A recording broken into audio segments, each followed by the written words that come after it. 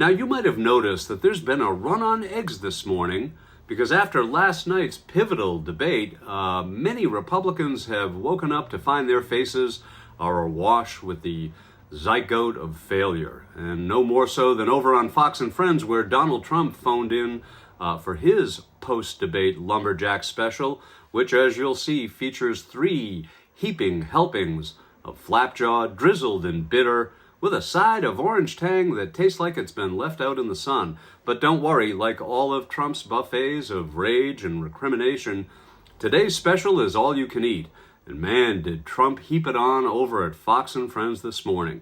But before we pig out on that, let's whet our appetite by quickly setting the table with some recent assurances by GOP geniuses about Trump's done-deal debate performance.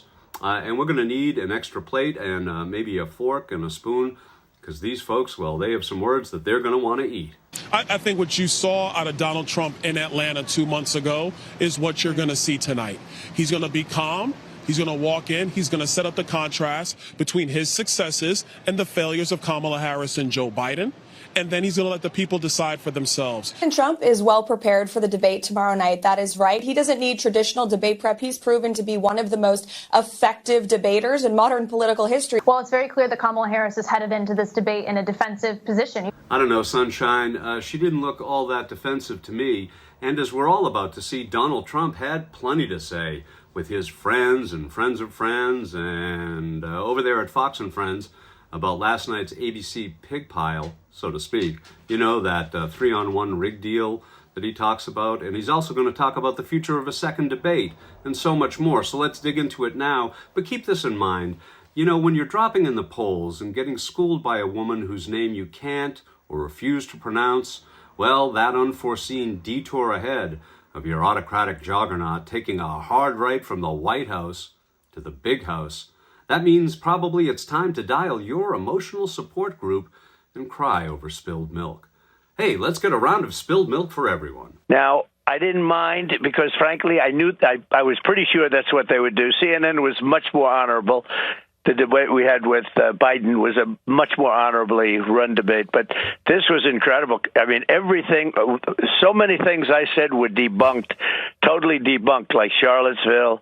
I have a list of 7 different things, and she could say anything she wanted, everything. Every time I spoke, and my stuff was right, they'd correct you. And every single poll had us winning by a lot, despite the fact that it was an unfair debate, obviously, and it was a 3-on-1. And that's okay. I've had worse odds in my life. I've had it before, but never so obvious. A lot of people are very angry about it. You know, you have corrupt news organizations. You have a lot of bad people. It's amazing in that business. In your business. Why didn't the moderators correct her? Because they're dishonest, and because I think ABC took a big hit last night. I mean, to be honest, they're a news organization. They have to be licensed to do it. They ought to take away their license for the way they did that. Bloodbath was referring to the economy. Everybody loved the term because as soon as they heard the word, it's sort of a vicious word. But referring to the economy, they have created an economy. Bloodbath was the word that I used. And it was fine in that context. I was right. Didn't correct her at all. And she was saying these things. She was using, like, Charlottesville. She was using Charlottesville, and everybody, you take a look at Laura Ingraham. She did it incredibly. She had it totally debunked. She said that, in fact, it makes it angry. She gets angry when people hear about Charlottesville, when they use that. Because what they did is they stopped and they didn't put the following sentence in. And when they put the last sentence in, when it was all put together, what I said was absolutely perfect. And ABC knew that. Everybody knew that, frankly. I think they lost a lot of credibility. I actually got that moment, too. I won that, too, because she was talking while I was speaking quite a bit, actually. She didn't know that people weren't listening too much or hearing, but I was hearing her, and I had a little fun with that. But look. Here's a story. When 2 fighters fight and one loses, the first thing they do is ask for a debate, or they ask for a fight. So in this case, a debate. So we had 2 people.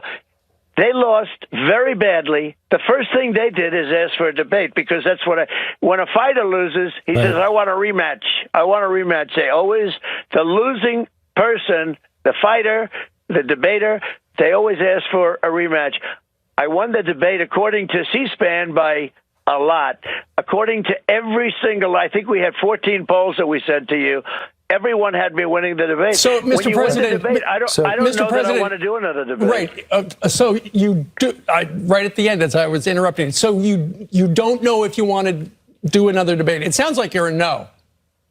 Well, I'd be less inclined to because we had a great night. They had a rigged show with somebody that maybe even had the answers. I mean, I'll be honest. I watched her talk, and I said, she seems awfully familiar with the questions, and you get pretty good at that stuff after a while. But when I saw how totally rigged that was. Wow, that last one is a doozy. If I were one of those legal eagles over on ABC, I might be looking at ways to keep Trump high in the public eye by maybe adding a lawsuit to his deep docket of litigious dates already on his calendar. Well, anyway, Trump's spin out earlier today on Fox and the ones that we'll inevitably see in the days ahead, well, they're the desperate gasps of a dying windbag of hate and vitriol whose morbidly obese weight of negativity is sinking his own campaign and the GOP hopes right before the eyes of the world as the political sharks, cats, dogs, bears, and whales circle his tiny, lonely little dinghy. I think it was one of my better debates, maybe my best debate.